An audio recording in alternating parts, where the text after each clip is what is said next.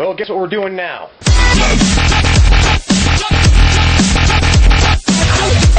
Well, now we're going to be doing the front forks. Okay, so this is section D. So I'm going to take these and I'm going to use the same material, 1 by 1, 0.095 wall thickness. I think it might be a little thin, but nah, I think it'll be alright. Anyway, so I got to cut all these pieces out, and then I'm going to put them over here like I did the other parts, so everything comes out square, and see how long that takes me. Oh, one more thing I also wanted to show you guys.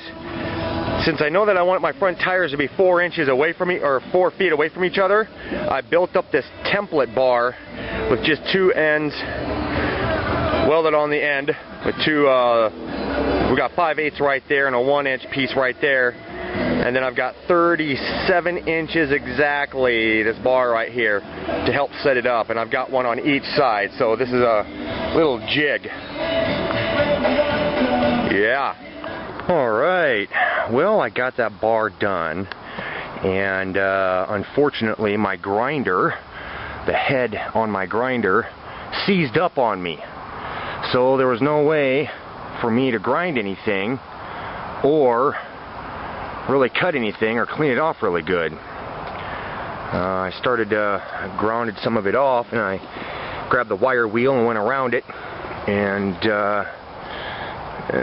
yeah, I can't use my little sanding wheel or nothing on there now, so I'm gonna have to wait until I can get a new grinder.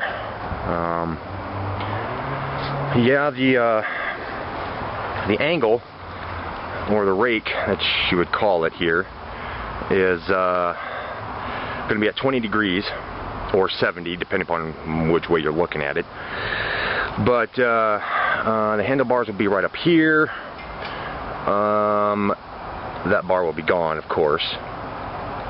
And then I got to make my linkages for the front end down here. I got to wait for my hub to show up. And let's see, what else?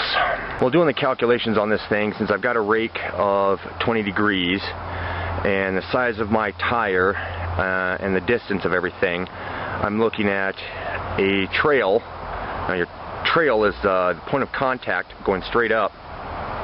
The distance from the point of contact to the road to the focal point in line with your rake.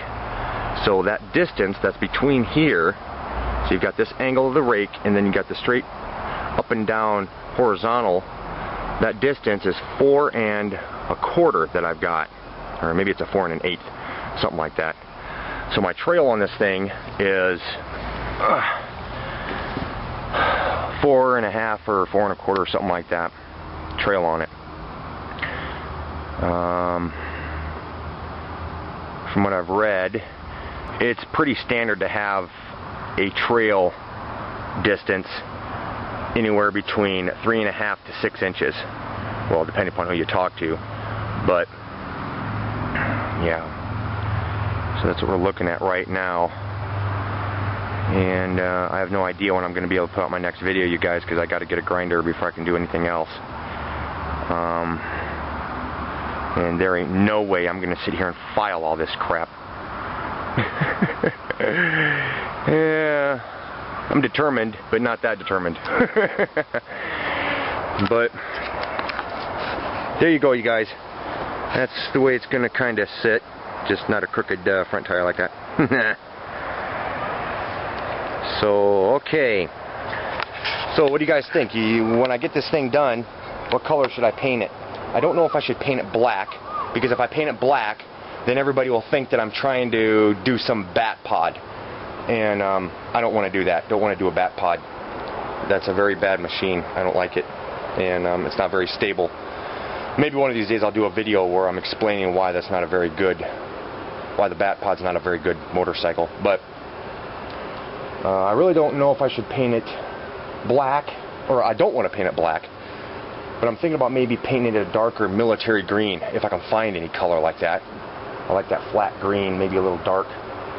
But I don't know. Or I could paint it white. Yeah. I don't know.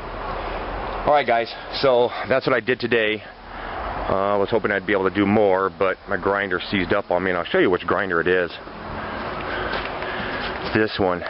It's actually not even mine, it's my neighbor's. He bought it to, so I could use it on some of his projects and stuff, and he says, well, you know, my grinder took a crap on me because these contacts on here are worn too low, so they don't even make contact with the electric connectors in there for the motor. So I got to contact Harbor Freight and see if I can get new of those connectors. So when that went to crap on me, he said I could go ahead and use his. Well, now his head, all this gear up here is really hot, and it started seizing up on me. So I unplugged it and let it cool off a little bit. I started rotating it, and it kind of worked a little bit. A little gritty. And I turn it back on again, it seems to vibrate a lot more. So I don't know if it's the bearings that are going bad in the dang thing, or if it's the actual gear cogs in there that are messed up, or what. So I don't know.